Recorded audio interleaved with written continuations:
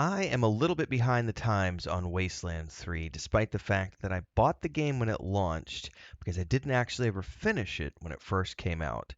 I bought it, I played about 22 hours of it according to GOG, and then I moved on to other things.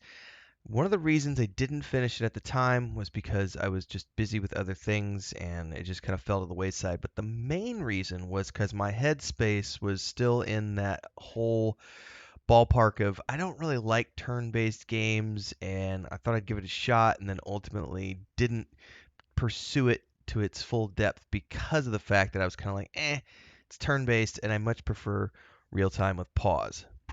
Now, I have since had a little bit of a mindset change because of Baldur's Gate 3, and I now have a greater appreciation for turn-based games, which didn't actually start with Baldur's Gate 3. It started with Solasta, which I played before Baldur's Gate 3.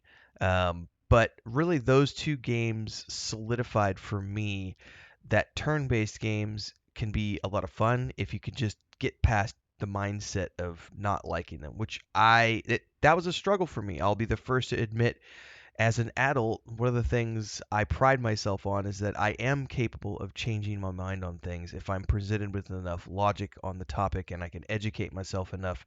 And turn-based gameplay is one of those things where I was having a knee-jerk reaction to it as opposed to a logical reaction to it. And once I was able to get past it, um, I found a gem of a game like Wasteland 3, and there are a lot of other games that I'm hoping to get enjoyment out of now that I've gotten past that roadblock, that mental hurdle of turn-based. Ew. So, I just did a full playthrough of Wasteland 3. Uh, I haven't actually done the hours yet. I haven't checked the hours, but it was somewhere over 30. I don't think I made it to 40.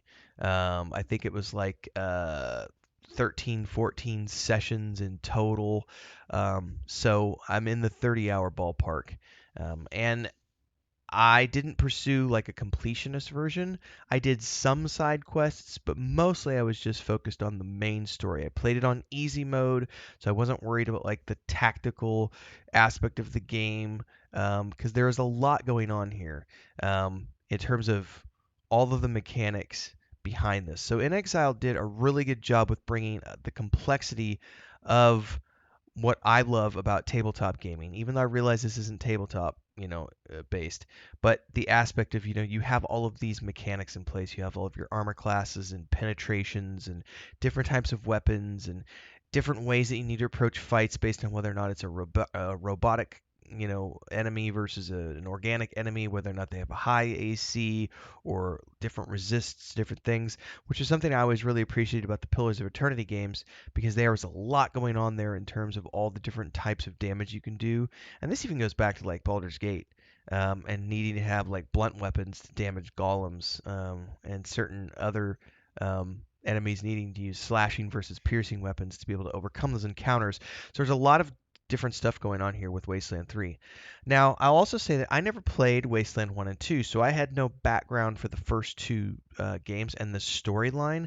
One of the things I liked about Wasteland 3 when you jump in is it immediately gives you a backstory in that initial cutscene that rolls you into that tutorial. And that is, here's the Arizona Rangers. They come from Arizona. There was a big AI battle. They're starving and dying. They need help. They're coming to Colorado because this guy that called the Patriarch is offering them supplies in exchange for helping him with this thing he's having with his kids. And that's the story. You get dropped off, and then you start finding out there's things like the Dorseys and this creepy like redneck family and all this other stuff. But then as you get deeper into the story, all of these things that you sort of learn in the early stages of the games, in the game, excuse me, with like the 100 families and the different factions like the Dorseys and the Plains and everything else. Like it's all extremely, dystopian. But you find out that everybody's got a reason for why they are the way they are, and it almost always tracks back to Saul Buchanan, the patriarch, being this guy who was just not a nice dude when he set himself up to be the dictator that he is.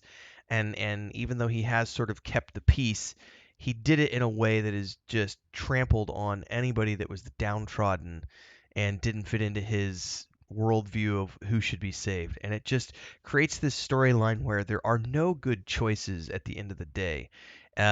You can try to be the best you can be, and I ultimately went with like the chaotic good approach, which was, I'm going to try to be on the side of like the refugees, and ultimately, I did not side with Patriarch, and um, it had some interesting repercussions at the end of the game story wise. But I think that's one of the strong points of Wasteland 3 more than anything else is that it has a really good story.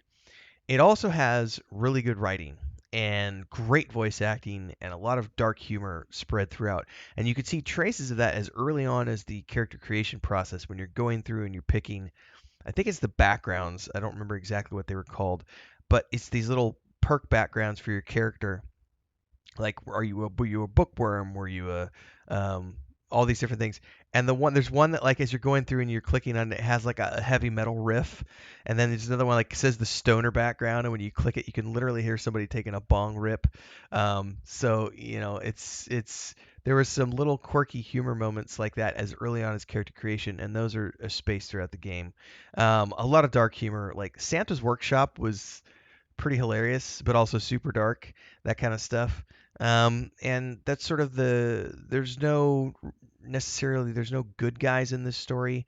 It's just something you kind of have to get used to. This borders on grimdark because it's just there's not really any happy endings for anybody here in the world of Wasteland 3. Which, if you've ever watched any, dystopian sci-fi, post-apocalyptic sci-fi stories before, you know, any of those stories where civilization is gone and it's just the tribal aspect of humanity coming out again. The Last of Us being a good example of another type of story that's like this, although this is without the zombies. Um, that's a good example of just people do nasty things to each other when they go back to their tribal natures, and this is what the core of this story is about. Um, Turn-based gameplay. If you've ever played any other turn-based games, you're going to be familiar with it. You've got the cover system. You've got all different types of weapons, different types of armor.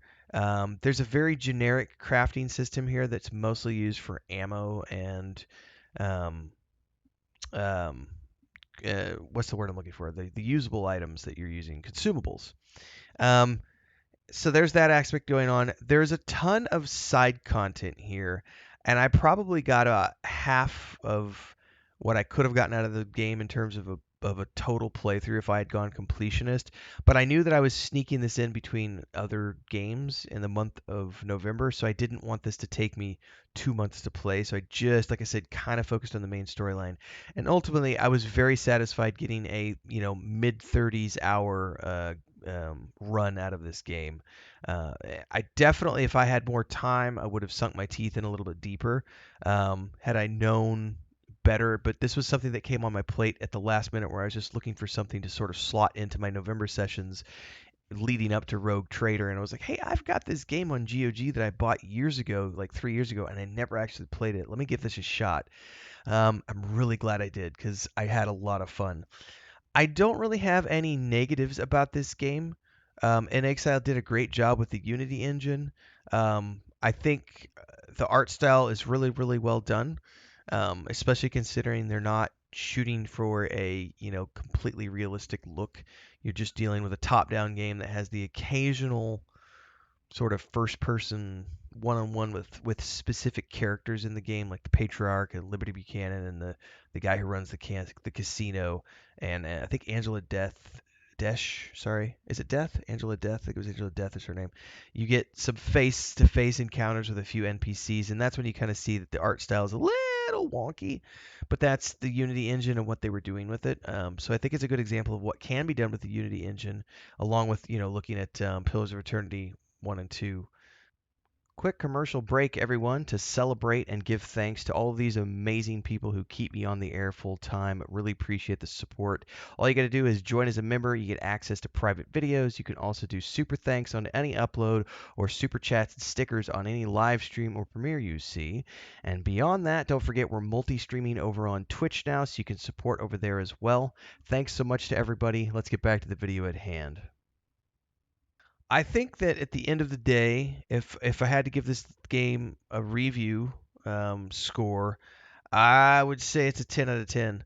It was a lot of fun. The other thing, oh, I forgot to mention this, and it's worth mentioning. This game has some really great original music, and the soundtrack is an absolute awesome part of the game, and it's definitely an integral part of the gameplay, especially certain boss encounters, which have their own unique take on classic songs. There's a rendition of a Phil Collins song. There's lots of renditions here in their own way, and they fit in perfectly to the plot. There's also some crazy stuff with like Morning Star, which is like this like a Reagan-esque, like Ronald Reagan-esque AI that's been implanted into a car, and you can put him into your vehicle. And this it's just funny because when you're in combat and you have your vehicle with you in those specific encounters, he'll yell something like, "Take that, you communist scum!" and as he blows stuff up. Um, there's all this cheeky tongue-in-cheek comedy here, and we're definitely looking at sort of a an 80s vibe in terms of kind of where technology cut off. And with there's this one mission you go do where you're investigating. I think it was like a space station, not space station, sorry, like a research station. It was either like they were doing research for satellites, or I forget if it was satellites in space or if it was nuclear weapons or something, missiles. But there's just all this stuff related to the space race and stuff down in there, and you have the Russian base, and there's just lots of fun stuff in here that's just really unique to their world and what they did with coming up with this post-apocalyptic setting. So, turn-based game, if you can get past that, it's a really, really fun experience. The gameplay can get a little slow by the end of the game because you're starting to run into these encounters that are really, really long. And I had a couple of fights that went well beyond 30 minutes because they were just so big, even on easy mode. And that was something that definitely felt a little but I saw the same thing in Baldur's Gate 3. It was like when you started towards the end of the game, you start to get into these encounters where they feel like because you're so powerful, excuse me, they have to just throw walls of enemies at you, and that can be a little challenging if you get tired of repetitive gameplay. But there's so many different ways that you could do the missions, different outcomes depending on your conversation choices and everything else. And then the faction system that's in here where you can really, everybody's faction is important, so you have to decide who you're going to make alliances with.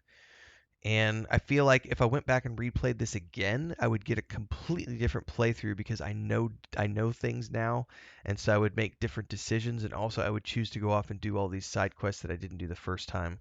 Um, and on top of all of that, you have the vehicle component where you're exploring the map with your vehicle, and you have to upgrade your vehicle to explore different parts of the map because of the radiation. So you have to be able to level up and progress through the game to get the car parts that are needed to, mitigate that, so you can actually go through. And if you're not careful, you can actually get mutations on your characters.